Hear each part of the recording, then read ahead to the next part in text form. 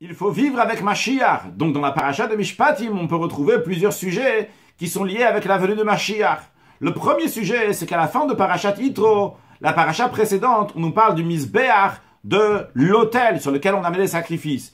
Et juste après, on commence donc la paracha de Mishpatim qui nous parle des ordonnances, comment on doit se comporter. Les sages apprennent de la juxtaposition de la fin de Yitro qui parle de l'autel avec le début de Mishpatim qui parle des lois, pour nous dire que le Sanhedrin, le grand tribunal donc, qui représente la paracha de Mishpatim, où est-ce qu'il va siéger? Il va siéger juste à côté du Mizbeach de l'autel, ce qui était le cas en effet dans le temple.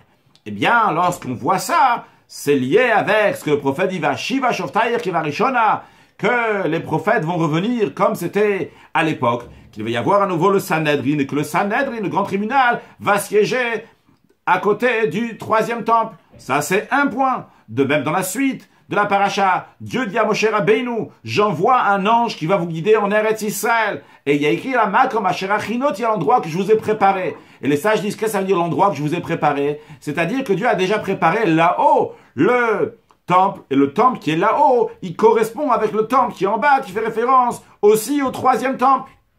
Et de là, on passe à la paracha de Teruma, la paracha prochaine, dans laquelle il dit « Asur Migdash, vous allez me faire un sanctuaire ». C'est un ordre aussi bien pour le Mishkan, le tabernacle que les Juifs avaient dans le désert, aussi bien pour les deux temples, et aussi bien un ordre pour le troisième temple qui va être reconstruit très prochainement avec la venue de Mashiach. Now!